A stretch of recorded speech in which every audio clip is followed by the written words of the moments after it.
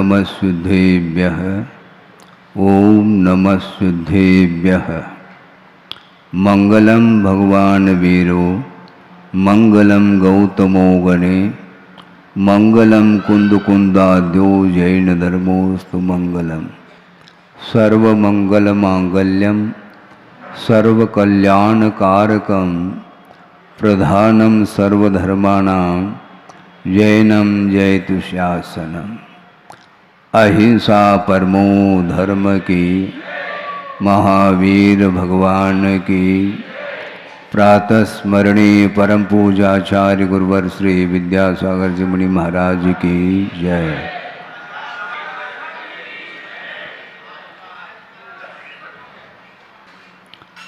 यह विचार रखा गया था कि ज्ञान और संवेदन में क्या अंतर है। केवल अंतर इतना ही है कि ज्ञान व्यापक हुआ करता है, संवेदन व्यापक नहीं हुआ करता। क्योंकि ज्ञान स्वपर प्रकाशी है। आप सुन रहे हैं, ज्ञान स्वपर प्रकाशी है, अपने आप को भी प्रकाशित करता है और पर वस्तु को भी प्रकाशित करने की क्षमता रखता है। यह ज्ञान की विशेषता है। किंतु संवेदन स्वपर प्रकाशी नहीं हुआ करता, क्योंकि संवेदन जो होता है वह अपना होता है, पराया नहीं। और अपना संवेदन होते हुए भी, स्व का संवेदन होते हुए भी वर्तमान का ही संवेदन होता है। अतीत अनागत का संवेदन संभव नहीं है। ज्ञान हो सकता है, यह अलग वस्तु। हालांकि ये ज्ञान की ही परिणति है। संवेदन ज्ञान से हट करके नहीं, किंतु वह ज्ञान की परिणति होते हुए भी ज्ञान में और संवेदन में वह भिन्न अपना अस्तित्व रख रहा है। कल मध्याह्न में भी चर्चा चली थी इसी विषय को लेकर के। विद्वान लोग भी जो आए थे वह बैठे थे, शायद अभी नहीं आए ऐसा लग रहा है। उसमें भी हमने ये बात रखी थी कि एक ही गुण के द्वारा अनेक कार्य किए जा सकते हैं। और उसमें उदाहरण ये दिया था कि अग्नि दाहक भी है, पाचक भी है, प्रकाशक भी है। किसके द्वारा? उष्ण गुण के द्वारा। अग्नि ईंधन को जलाती है, इसलिए दाहक कहा। दाह परिणामेन ईंधनम दहति इति दाहक अग्नि। और वह अन्न को पचा रही है, पका रही है, इसलिए उसको पाचक कहा है। जठराग्नि के द्वारा भी अन्न पकता है। जो पकाया हुआ अन्न भी जठराग्नि के द्वारा और पकता है। और वह अग्नि उष्ण गुण के माध्यम से ही पदार्थ को प्रकाशित कर रही है। किंतु जिस समय वह अग्नि पदार्थ को प्रकाशित कर रही है, तो वह प्रकाशित करने रूप जो कार्य है वह उष्ण गुण के द्वारा ही हो रहा है। किंतु वहाँ पर पचाने का कार्य नहीं हो रहा है, जलाने का कार्य नहीं हो रहा। तो भिन्न भिन्न जो सामग्री है उसके अपेक्षा से वह भिन्न भिन्न कार्य देखने को मिल रहे हैं। तो इसलिए हमारा ये कहना है कि संवेदन और ज्ञान, इसमें बड़ा अंतर है। ज्ञान होना अलग वस्तु और संवेदनशीलता ये अलग वस्तु है। ज्ञान सम्यक दर्शन के अभाव में भी रहता है, किंतु उसके अंदर संवेदनशीलता नहीं है। तो संवेदन नष्ट हो गया क्या महाराज? नष्ट नहीं हुआ, किंतु मोक्ष मार्ग के क्षेत्र में उसका वह ज्ञान काम नहीं कर रहा है।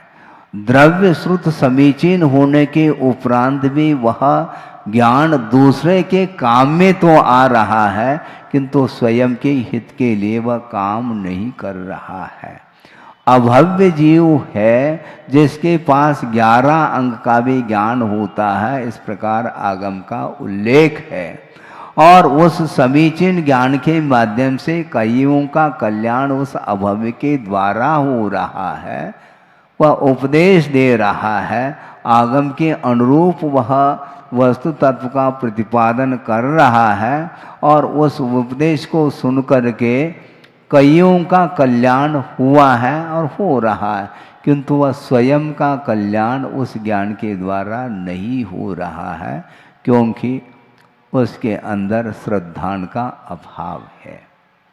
श्रद्धान के बिना ज्ञान में समीचीनता नहीं आ सकती है, और समीचीन ज्ञान होने के बावजूद भी संवेदन अलग वस्तु है। और अध्यात्म ग्रंथों में कुंद कुंद जैसे जो अध्यात्म के प्रणेता हैं, उन्होंने स्पष्ट कहा कि वस्तुतः संवेदन 2 प्रकार का हुआ करता है, एक सराग स्वसंवेदन और एक वीतराग स्वसंवेदन है। संवेदन का अर्थ महसूस करना, फीलिंग जिसको बोलते हैं, वह सराग स्वसंवेदन का अर्थ वीतरागता के अभाव में जो कुछ भी अनुभव में आ रहा है वह राग के साथ संवेदन हो रहा है, वह सराग स्वसंवेदन माना जाता है। इसलिए संवेदनशीलता बहुत महत्वपूर्ण वस्तु है। आपने देखा होगा समुद्र में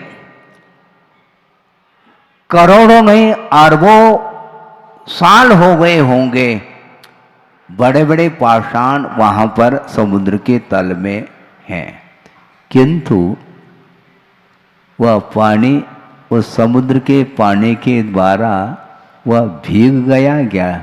वह पाषाण भीगा नहीं, वो समुद्र में डूबा हुआ है, वहीं पर है वो, और कई किलोमीटर हो सकता है उसके ऊपर पानी, कितनी गहराई में है, किंतु वह डूबा हुआ है, वह ऊपर ऊपर से भीगा है, भीतर से भीगा नहीं वो।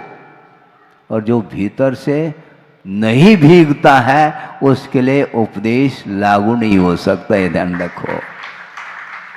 हाँ, समझ में आ रहा है? कई लोग तो बहुत प्रफुल्लित मन से कह रहे हैं महाराज हमें समझ में बात आ रही है।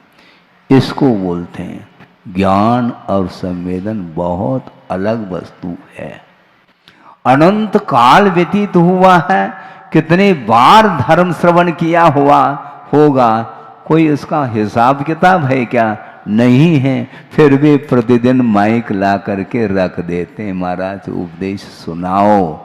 तो हम ये कहना चाह रहे हैं कुल मिला के कि आप भीग रहे क्या? नहीं।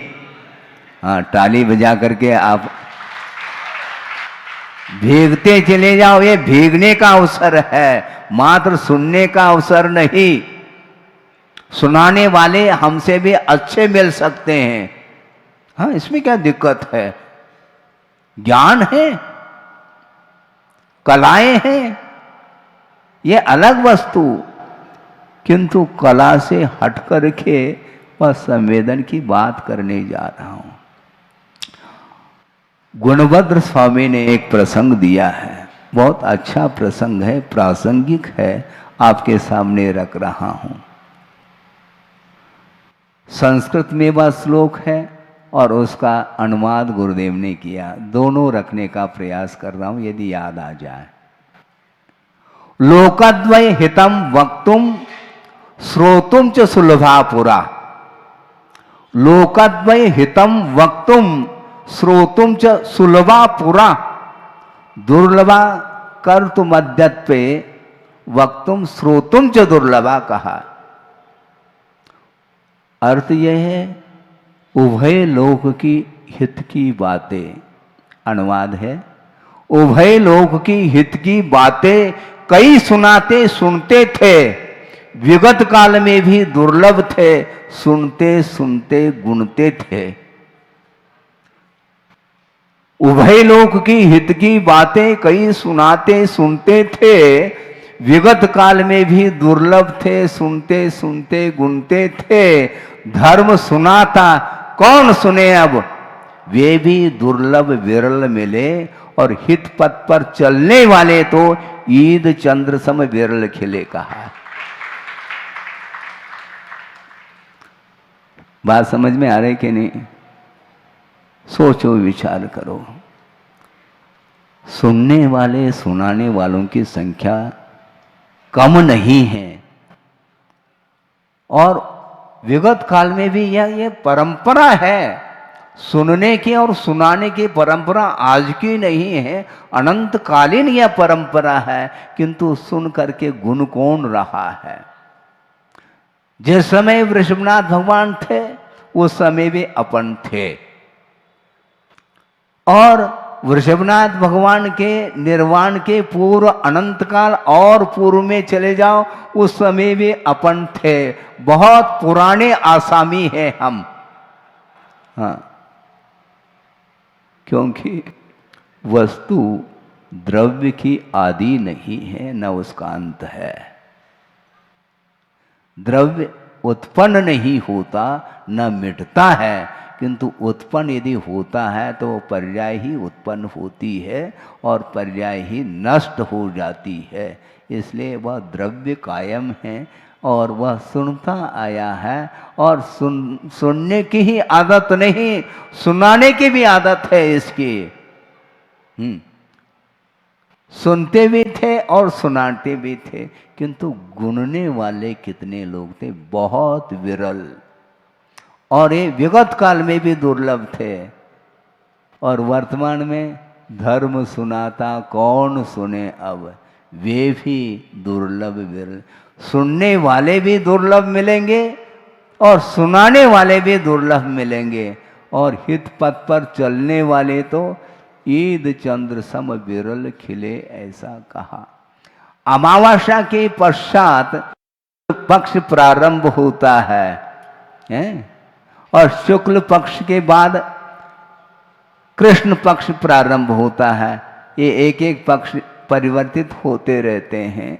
तो कृष्ण पक्ष का अंत हुआ अमावस्या के दिन, उसके बाद प्रतिपदा आती है, और चंद्रमा की कला देखने को मिलती है नहीं, और वह दूज का चंद्रमा बहुत एक रेखा, प्रत्येक व्यक्ति के लिए वह रेखा देखने को नहीं मिलती।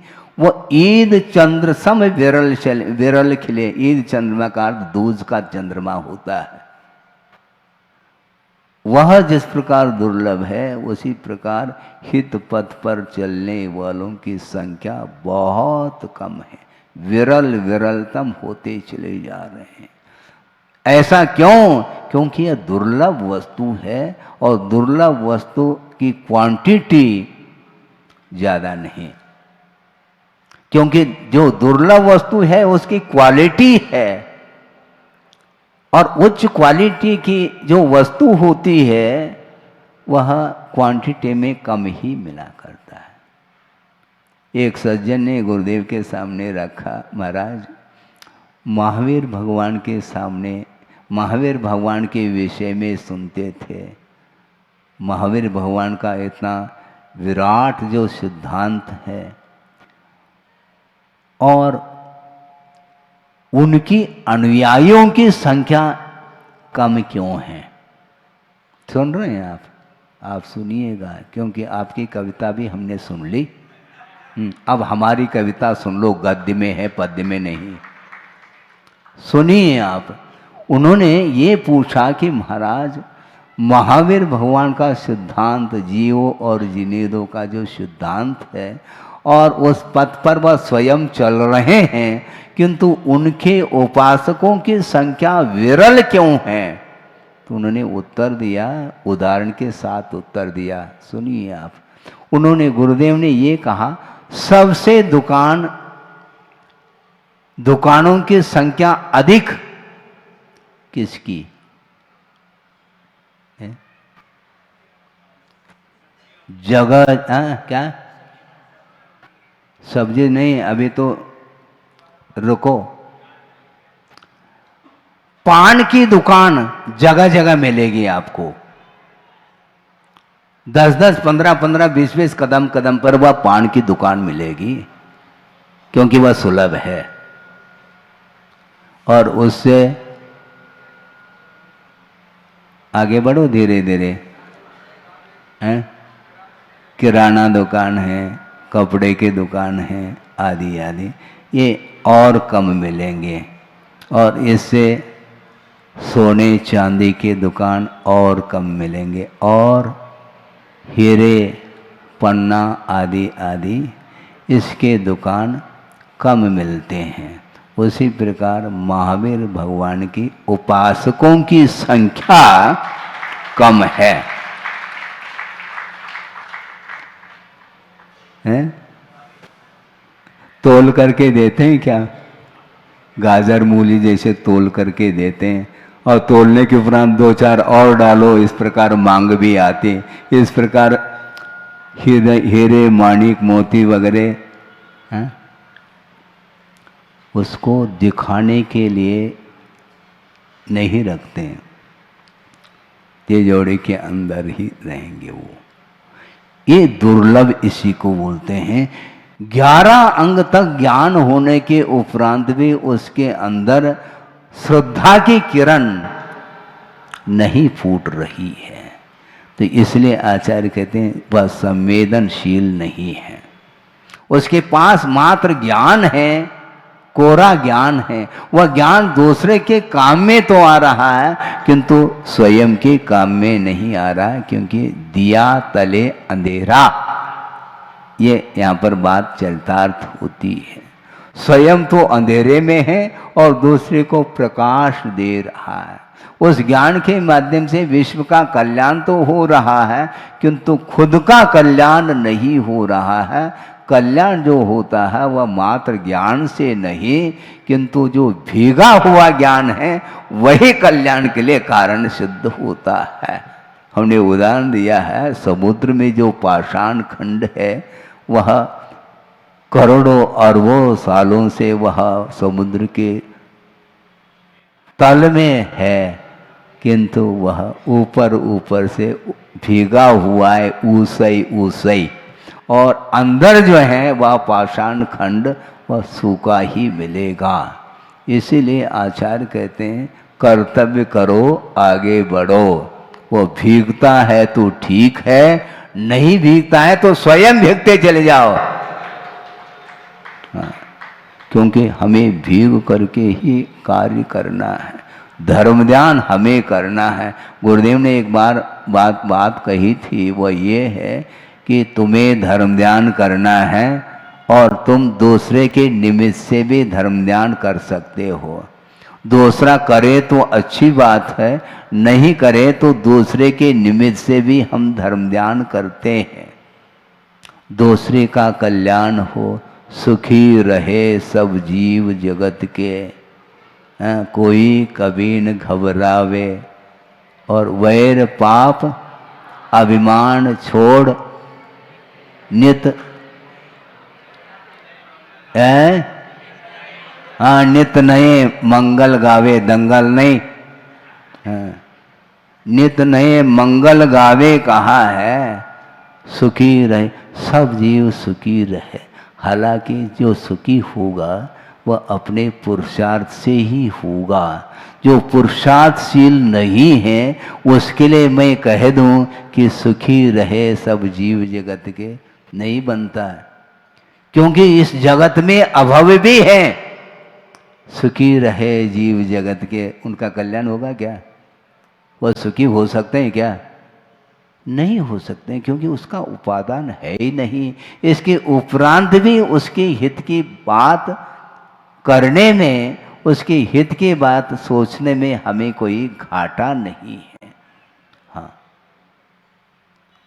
कोई साइड इफेक्ट नहीं होता, क्योंकि हमारा परिणाम है, उज्जवल परिणाम है। भगवान हमें जिस प्रकार आपके माध्यम से पथ मिला है, उसी प्रकार सभी लोगों के लिए पथ प्राप्त हो जल्दी से जल्दी। बल्कि गुरुदेव ने एक बार ये भी कहा था कि हमसे जल्दी तुम मुक्त हो जाओ तो हमें और आनंद आएगा, मैं बाद में धीरे धीरे आ जाऊंगा। हाँ, क्योंकि आपको जल्दी है ना, जल्दी है तो जल्दी चले जाओ, हम धीरे धीरे आ जाएंगे, टहलते टहलते आ जाएंगे, हम आपके पास पहुंच जाएंगे। क्योंकि पहला और दूसरा क्या वस्तु है, मैं सिद्धांत की बात रखने जा रहा हूं, बहुत महत्वपूर्ण है। आप सोचेंगे कि संवेदन और ज्ञान की चर्चा चल रही है और आज के तारीख से अनंत काल जिन्हें शुद्ध बन करके समय व्यतीत हुआ है, सुन रहे हैं आप, और आज के तारीख में किसी को मुक्ति मिली है, किंतु संवेदन में एक क्वालिटी है, संवेदन में समानता है।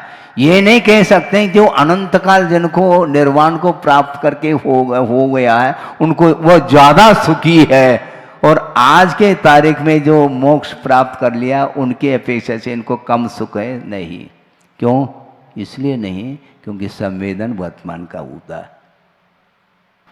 अतीत में अनंत सुख उन्होंने भोग लिया है प्रति समय, इसके उपरांत भी वर्तमान का ही उन्हें संवेदन होगा। अतीत अनंत काल का संवेदन उन्हें भी नहीं होगा। अनंत सुख का अनुभव करने के बाद भी वर्तमान का ही संवेदन होगा। अतीत की स्मृति, यानी अतीत वह ज्ञान का विषय बनता है और संवेदन का विषय नहीं बन सकता। भोजन के लिए बैठे हैं और सबको मोदक करता लड्डू परोस दिए हैं, सब ले रहे हैं, सब संवेदन कर रहे, एक साथ संवेदन हो रहा है। और मान लो ये कह दे तुम आज खा रहे हो, मैं बरसों से खा रहा हूं, तुम खाते रहो, संवेदन तो आज ही हो रहा है सबको। कल तुमने जो लिया था वो आज थोड़े संवेदन में आएगा, नहीं आ सकता। इसलिए संवेदन की ओर दृष्टि होनी चाहिए, मात्र ज्ञान की ओर नहीं। संवेदनशील जो नहीं है उसके लिए उपदेश कभी भी लागू नहीं हो सकता, भीगना चाहिए। जो नहीं भीगता है तो उसको आप उपदेश कितने भी बार सुनाओ नहीं भीग सकता। बीज का वपन करना है बिना भूमिका के। भूमिका का अर्थ क्या होता है? कृषक को पूछो, वह ग्रीष्म काल में हल चला करके भूमि को व्यवस्थित करता है, मुलायम कर देता है, फिर बाद में आषाढ़ में जब वह वर्षा प्रारंभ होती है तब वह बीज का वपन करता है। यह उस कृषक की कुशलता मानी जाएगी। ऐसा नहीं हो सकता बीज अपने पास है तो पाषाण खंड पर उसको बिखर दो, उसको उगेगा? वो नहीं उग सकता। इसलिए भूमिका की बड़ी आवश्यकता है। सुनाना निषेध नहीं, उपदेश देना निषेध नहीं, किंतु उपदेश का प्रभाव कितने परसेंटेज में पड़ रहा है इस ओर भी ध्यान देने की आवश्यकता है। इसलिए गहराई की बात उपदेश में नहीं रखी जा सकती, क्योंकि पात्रता अपनी जगह है।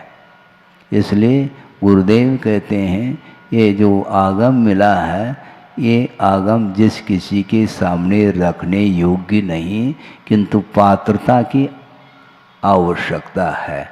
क्योंकि बिना पात्र का विवेक रखे आप दान देते हैं, आहार दान आप देते हैं ना? हाँ, देते हैं। नवधा भक्ति पूर्वक किसकी करते हैं आप नवधा भक्ति? है पात्र, कोई अपात्र हो तो नहीं करते ना। इसी प्रकार ये आहार दान की बात है, इसी प्रकार ज्ञान दान की भी बात है। विधि द्रव्य दात्री पात्र विशेषा तद विशेष तस्य दानस्य विशेष। ये नहीं कहा कि आहार दानस्य विशेष। जितने भी दान हैं वो दान के लिए पात्र का विवेक रखे बिना हम दान कर नहीं सकते हैं। आस्था के साथ सुनने के लिए बैठे हैं, समर्पण भाव आपका देव शास्त्र के गुरु के प्रति है, तभी हम सुनाने के लिए बैठे हैं। नहीं है तो सुनाने से कोई सार नहीं निकलता, क्योंकि सुनने और सुनाने वालों की संख्या कम नहीं है दुनिया में, किंतु गुनने वालों की संख्या बहुत विरल है। इसलिए समर्पण भाव को जागृत करिएगा। श्रद्धान और समर्पण, इन दोनों में भी सामान्य विशेष का अंतर देखने को मिलता है। श्रद्धान का अर्थ विश्वास, बेटे का विश्वास पिताजी के प्रति है, किंतु समर्पण वो अनिवार्य नहीं। वो पिताजी को मान रहा है, किंतु पिताजी की आज्ञा मानने में पीछे हटता है। आज्ञा नहीं मानी तो पिताजी ने डांट लगा दी और गुस्से में आकर के वह बेटा चला गया। तो कब तक, जब गुस्सा उतर जाता है तो पिताजी को ढूंढता ढूंढता आता है वो। इसका अर्थ अभी भी वह पिताजी मानता है, किंतु आज्ञा मानने में उसको कठिनाई होती है। इसलिए श्रद्धान ये सामान्य है, किंतु समर्पण जहाँ है वहीं पर आज्ञा दी जाती है। जहाँ पर समर्पण नहीं है तो वहाँ पर उपदेश दिया जाता है, आदेश नहीं दिया जा सकता। क्यों? क्योंकि आदेश एक बार दिया जाता है, बार बार नहीं। एक बार कोर्ट में जजमेंट एक बार दिया, दोबारा नहीं। दोबारा नहीं। तुम्हें ऊपर जाना हो तो तुम जाओ ऊपर, लेकिन हाईकोर्ट का जो फैसला है, बस एक बार फैसला दे दिया। उसी प्रकार आदेश जो है एक बार होता है, वो उपदेश बार बार भी हो सकता है, किंतु बार बार उपदेश देने के उपरांत भी स्वीकृति नहीं है तो ओम शांति का उपदेश दिया जाता है। ओम शांति का अर्थ क्या? ठीक है, हम क्या कर सकते हैं, हम कहाँ तक पुरुषार्थ कर सकते हैं आपके लिए। पुरुषार्थ की एक सीमा होती है, उपदेश की एक सीमा होती है, वहां तक हम उपदेश देंगे। और यदि मान लो विपरीत वृत्ति वाला है तो उसके लिए ओम शांति के अलावा कोई उपदेश है ही नहीं। महाराज फिर उसका कल्याण कैसा? वो करना चाहे तो, नहीं करना चाहे तो पकड़ पकड़ करके, संभव नहीं है, पकड़ पकड़ करके उपदेश दिया नहीं जा सकता। उसके अंदर योग्यता है तो वह स्वयं बिना बुलाए आ जाता है। गुरुदेव कहते हैं मैं बुलाने के लिए नहीं आता, ध्यान रखो, जो कहता हूँ उसको करना हो तो कर ले, नहीं है तो ओम शांति।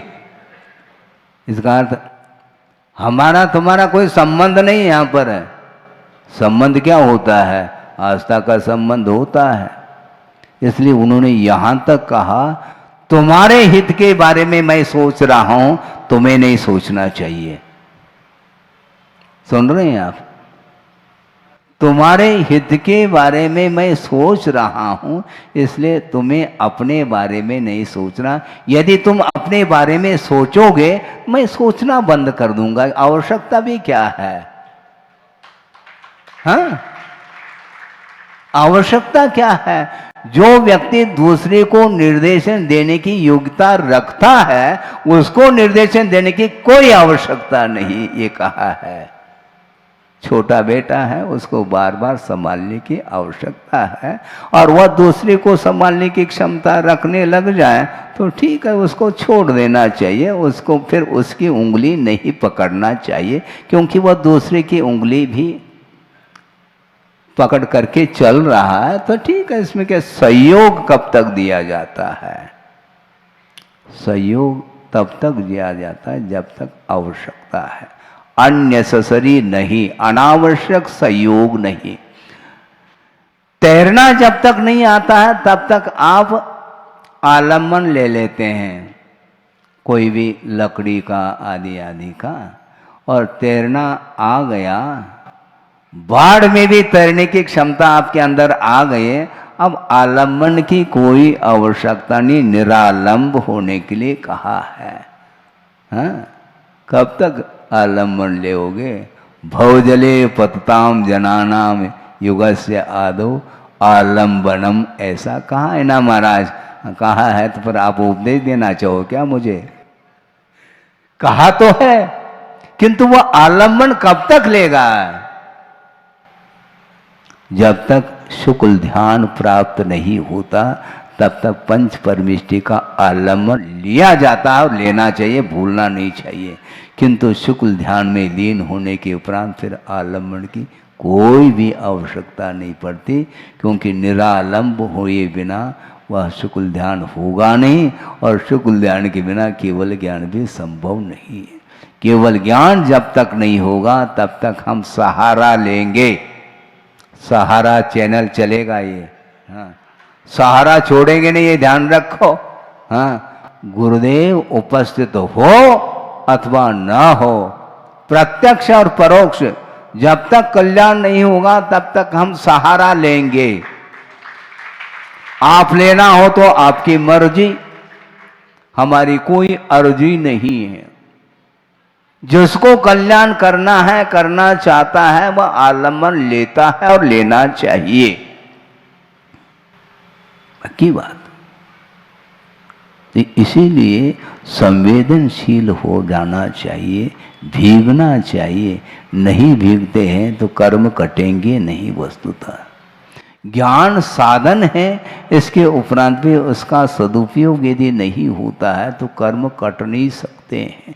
इसलिए हमने शुरुआत में ही कहा था, अभव्य के पास 11 अंग का ज्ञान होते हुए भी उस ज्ञान के द्वारा वह दूसरे को प्रकाश दे रहा है, किंतु अपनी आत्मा अंधेरे में बैठी है उसकी।